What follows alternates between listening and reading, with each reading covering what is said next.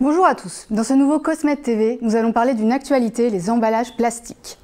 On l'oublie trop souvent, mais dès les années 70, l'industrie cosmétique était déjà pionnière dans la prise en compte de l'environnement, notamment sur la question des emballages.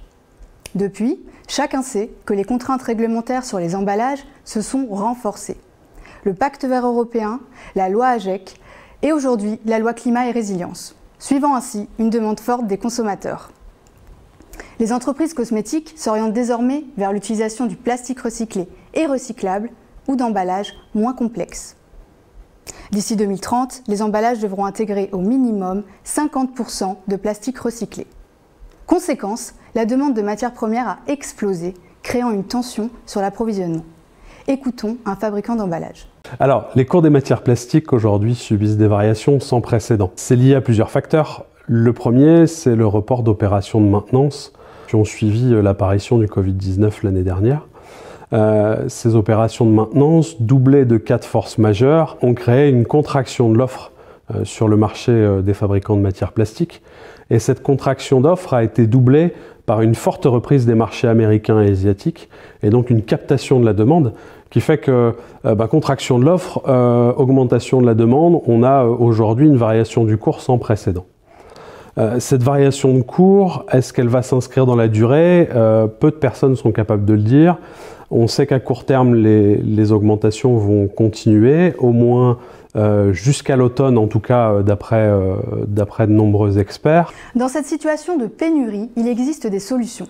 Alléger les emballages et améliorer la recyclabilité. L'utilisation d'emballages monomatières ou facilement séparables optimise la recyclabilité des emballages, dès lors qu'une filière adaptée existe. Une solution nous est présentée par CTL Packaging. Le meilleur exemple est notre technologie IML, In-Mold Labeling, un tube injecté en polypropylène. Cette technologie unique, qui a nécessité plusieurs années de mise au point, tant au niveau des matières qu'au niveau des processus de fabrication, nous permet de proposer au marché un tube totalement monomatière, concrètement 100% polypropylène. En effet, tous les composants qui conforment le tube sont tous en polypropylène.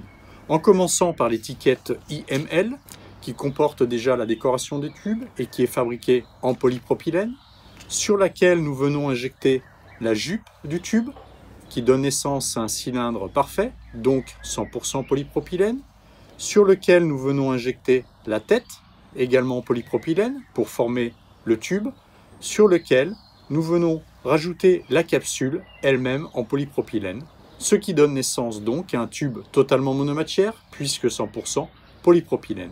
D'autres solutions se dessinent.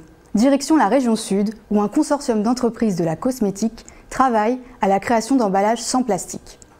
C'est un programme pour réinventer le packaging de demain, réemployable, recyclable, réutilisable, sans plastique. L'ensemble des entreprises de la cosmétique méditerranéenne et la région Sud s'engagent ensemble à réinventer toute la chaîne de valeur. On va faire travailler dans une immense énergie constructive les fabricants d'emballages, ceux qui ont des besoins et qui connaissent leurs attentes fonctionnelles. Et ce sera une merveilleuse occasion de conjuguer économie, écologie, de créer de l'emploi et surtout de faire de la transition qu'on aime, c'est celle qui permet de créer de la valeur et en même temps de la prospérité pour nos sociétés. Les entreprises peuvent maintenant accompagner ces dispositions en optimisant leurs achats et en réduisant les stocks. C'est tout le concept du premier groupement d'achat de la filière cosmétique, créé il y a 11 ans par Cosmed et fondé sur l'économie circulaire et le management collectif. Il a été récompensé à ce titre en 2019 par un trophée d'or parmi les meilleurs décideurs achats de France.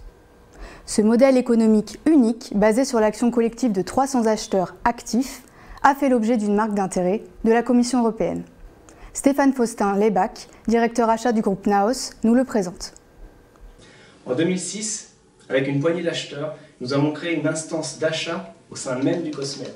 Elle se nomme aujourd'hui Achat Cosmed, qui est donc le premier groupement d'acheteurs de la filière cosmétique. Alors pourquoi? Dans nos entreprises respectives, les personnes en charge des achats sont souvent seules et sont débordées par la masse de dépenses à absorber. Donc, instinctivement, chacun se priorise sur ses achats dits stratégiques, de production ou d'investissement. En conséquence, les achats de fournitures et de frais généraux sont souvent mal maîtrisés. Et ceci représente 50% des volumes, très chronophages, pour uniquement 5% des dépenses en euros. C'est la fameuse catégorie C des acheteurs. Donc un acheteur seul dans son entreprise est isolé, avec peu de temps et de moyens. Un groupement d'acheteurs, quant à lui, permet de se benchmarker entre acheteurs, de cumuler des expertises entre adhérents, de massifier nos volumes pour avoir plus de puissance d'achat sur le marché et bien sûr d'améliorer le service, diminuer les litiges et avoir des prix compétitifs sans charge fixe en interne. Achat Cosmed intervient dans l'économie circulaire en nous permettant de revendre nos stocks dormants lors de la Green Day Stock Week. C'est l'écho des stocks by Cosmed. Toutes ces mesures amènent les entreprises à la grande révolution du recyclage et de la réutilisation. À très bientôt dans une prochaine édition.